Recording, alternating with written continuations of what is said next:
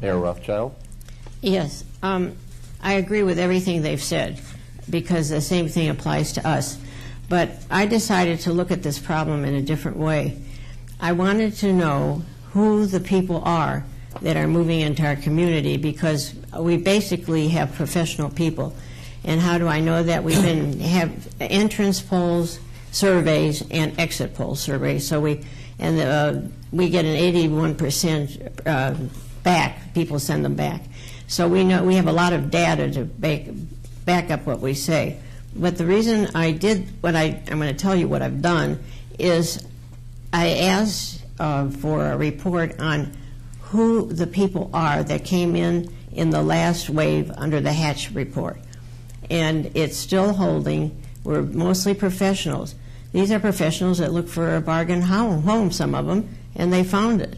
But I was more concerned about who was moving in than the other problem, which I think will resolve itself. That is a basic change for us, and we're very happy that we have all these people still coming into our city. I think we have probably one of the most favorable locations because we're situated near University Circle. And over the years, the people that work there have come to University Heights and live there or rent homes there. So we also have that data. And we know also why they have left. Some of them may regret that they've left because now they're in the suburbs that are really having great problems. We have a balanced budget. We didn't have to lay off anybody. Our services have not changed. And that was due to, I think, excellent planning by myself and the council a few years ago when we, for the first time in 32 years that I've been mayor, put a levy on and raised the income tax. So I think I can speak in a different vein than everybody else. I'm not panic-stricken. We're working on it every day. We have a lot of people buying these houses and getting them ready for the market. We're not perfect, but I think we're under control. We also have a very aggressive cleanup policy for the houses that look like they're vacant, and we know what they are if they can count them by the dandelions in the lawn. I'm going to deviate you 1 minute to tell you why I'm wearing sunglasses, not because of the light, and I don't know how many of you suffer from allergies, but I have terrible eye allergy right now, so now I'm going back to the topic. You have to have some change here, right, because you're going to hear the same thing from all of us. One of the problems is that the processes to resolve anything are too long, and it took us too long to get where we are. But I do want to thank Jim Rackauckas for having moved it all along, and Mayor Wheelo, who's not here, who brought the whole topic up to the county commissioners and to the judge, the legal system. So we are doing what we can. People don't like vacant homes on their street. I don't blame them. And so far we haven't torn any down, but the Lone Land Bank is up and running? 2 weeks away. Oh, okay. That'll be another option. I think that's all I'll say because I'm sure you'll have a lot of questions. Mayor Lyken of Shaker Heights. It's a pleasure to be here together with Jim Rackauckas, who's provided outstanding leadership in dealing with this issue on the county level, and with my fellow mayors. Shaker Heights has been experiencing about 200 foreclosures a year in the last few years, which is an increase compared to what we had before. The number is going down somewhat recently. That's a small percentage of our total housing units of about 12,000, but we still treat it very seriously. It's impacted almost entirely the southwestern end of our community, which is the area that has the lower priced homes. We've had concerns in two respects with the impact of foreclosures. The first is a concern with the impact on those people who are affected by it. We've tried to deal with that issue through education. We have created a brochure on predatory lending as a preventive measure.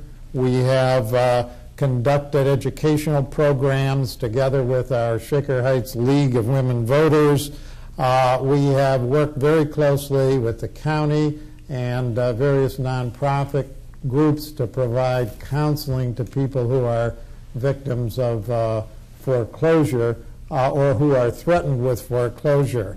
The second major area that we've addressed has to do with potential deterioration in neighborhoods as a result of foreclosures and vacant homes, and we've tried to attack that problem very aggressively.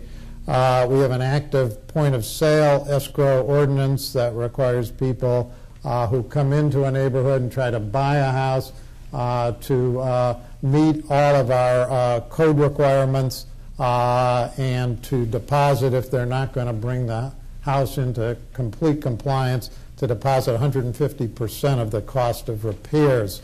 That helps to keep the housing stock up.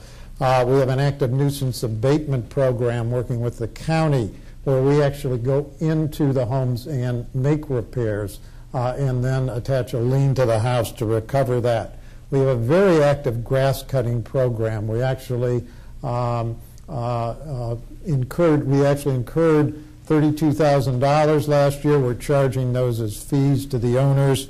We have a vacant property ordinance that requires every owner of a vacant house to maintain it, to secure it, to winterize it, and to have property liability insurance. We have a vacant property inspector who spends full time going around to these homes to make sure that they're maintained and kept up. And we believe in the broken window syndrome, where deterioration in an area in the neighborhood causes increased crime. So we've tried to keep our neighborhoods up. At the same time, we've kept our police very involved in working in these neighborhoods, and we did fortunately see a decline last year in our crimes. We've actually had a significant decline from 20 years ago. We're a much safer community than we were then. The only other comment I would make is that this is definitely a regional problem, and for us in the Cleveland area, it's a problem not only of what's occurred nationally, but of what's also occurring in our region, which is a decline in population, a loss of jobs, and sprawl, the movement of people away from the inner ring suburbs to the outer ring areas. In the shorter term, hopefully some of the acute problems of the foreclosure crisis will dissipate, but in the longer term, we're going to have to solve that problem of rebuilding the inner core, Cleveland and the inner ring suburbs that we all represent, if we're going to really solve this problem for our metropolitan area. And Mayor Dean DePiero. Thank you, Jim. And first of all, I want to thank the City Club for putting this forum on. You've heard from a lot of very good elected officials who deal with this on a regular basis. And I also want to thank Jim for his leadership. He's done a great job of sounding the alarm and trying to help us with some solutions to a very tough problem. Let me just make a couple of comments, because a lot of the mayors have really done a good job laying out the problem. When I was elected a councilman back in 1995, I had a ward with about 10,000 people.